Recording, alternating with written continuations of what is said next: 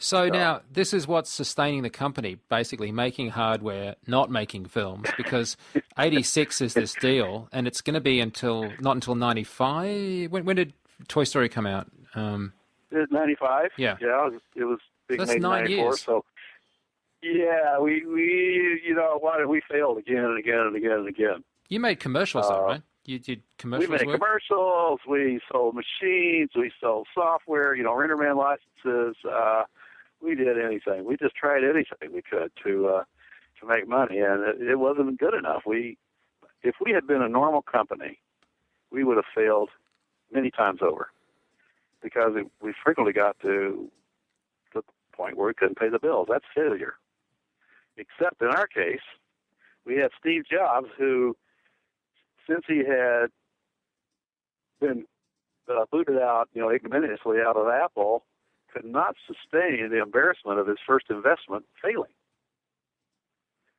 So he would tear Ed and me up emotionally, personally, but he would always write a check to pay for the losses and take some of the equity away. I must admit, I've been in his loans. I've been in companies where I've been through that exact loop, but I've been in them twice, where if you Yeah, don't make it, if you can't make payroll, you can make it because an investor comes up with the money, and each time it costs you an extra bit of equity. But it's either yeah, that or you don't make payroll, and it's a hard decision, but it's also it. Yeah, it's a one that you don't have many options on, but that's how it rolls. no. And in And fairness, we if weren't, we wanted to keep the group together, so that was our goal. We were really more into making the movie than making money. We were yeah, just not built, that kind. So we were capitalists because we had to be, basically. And so over the course of several years, Steve ended up putting $50 million bucks. He started out with $10 million in us, $5 million for the software rights from Lucasfilm and $5 million cash into us. And then after several years, he had put $50 million bucks, which is half his fortune, into us. and I must say, And the place was, when he decided to take it public, it was an extraordinarily ballsy move because no one. it was one of the, there's the most brilliant thing that Steve did, in my opinion. He took that the company public on just sheer chutzpah Yeah. because of the sex appeal of the movie. And they had no money in the bank, and it's just a brilliant move when you look at it in hindsight. I can't believe he got away with it, but he did. I bought some shares. He's a great businessman. I don't chop him on that at all. I bought a small number of shares in Pixar in the early days. It was great. You guys used to keep on sending me, in those cases, VHSs and posters. The shareholders, we really got treated well. But when did you leave Pixar? I left in 91 or 2, somewhere in there. Just after I knew that Toy Story was going to be a go, I got myself out because I didn't want to be around the guy anymore, Steve Jobs. He and I had a terrible blow up, and I just didn't like him at all anymore and didn't want him in my life. So I found a way out by starting I spun a company out of Pixar. And with him as an investor, believe it or not. Money-wise, he always did good by me. It's just on the personality side, I thought he was a bully and a tyrant and a liar. So The rumor has it that you actually had a fight over a whiteboard. Is there any truth in that rumor? it's not a rumor. It's in. I think it's in the new book has a really blow-by-blow description of it. It's, Okay. So I can tell you again if you want to hear it.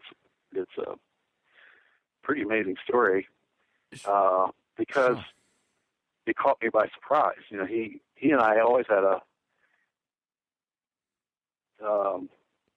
strained relationship because he would say things that weren't true, and I would call him on it. And that just was the nature of our relationship. So it got to be the point where he would say something outrageous that he'd look over at me and see if I was going to object. And that's okay. That works as long as I got my say. But one day at a board meeting, something changed, and I still don't know what it was. He said he was busting Ed and me for being late on one of our boards for the Pixar Image computer. And I said, but Steve, you're late on one of your boards for the next, which is all true. And at that point, he's standing up in front of the whiteboard, which only he could use, by the way. That was an unwritten rule. And he came over to me sitting down and started screaming in my face and insulting me, my Southwestern accent, and he just became a street bully. I had never been treated that way in my life and never have been since. And I reacted in full animal fury, which still amazes me. I didn't, not ever having been there, I wasn't prepared, right?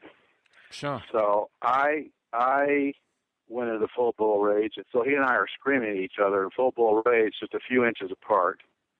And then somewhere in the heat of that battle, I don't even remember what it was. He was insulting me, and I was just back in his face. I don't know what I was saying. I was so enraged, crazy with rage. And I stood up and marched past him and wrote on the whiteboard. And he said, "You can't do that." And I said, "What? Write on the whiteboard?" At which point he stormed out of the room. So in retrospect, I look back, and it was clear to me that he expected me to fold in front of all those people to show his power, and I didn't do it.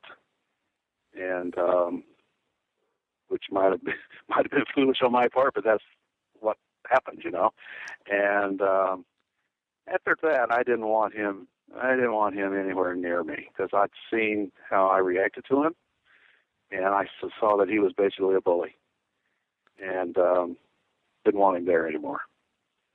So clearly, he had all the power and money. It's up to me to leave, and it took me a year to put together another company, and I wanted to be sure that the first movie was underway.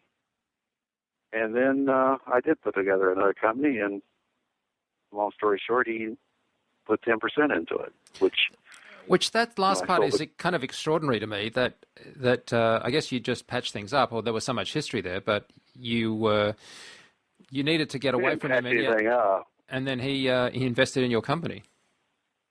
Yeah, he tried to renege on my departure. There's a lot of ugly details I won't go into now. It was really ugly, but the bottom line was that if you just look at the bottom line, he did right by us financially. Now, the details are not pretty. It sounds like he stuck with us through thick and thin till we got the movie made, and he became a billionaire. But actually, he would have bailed at any time if somebody had stepped forward with $50 million. I know because I wrote many business plans for that purpose.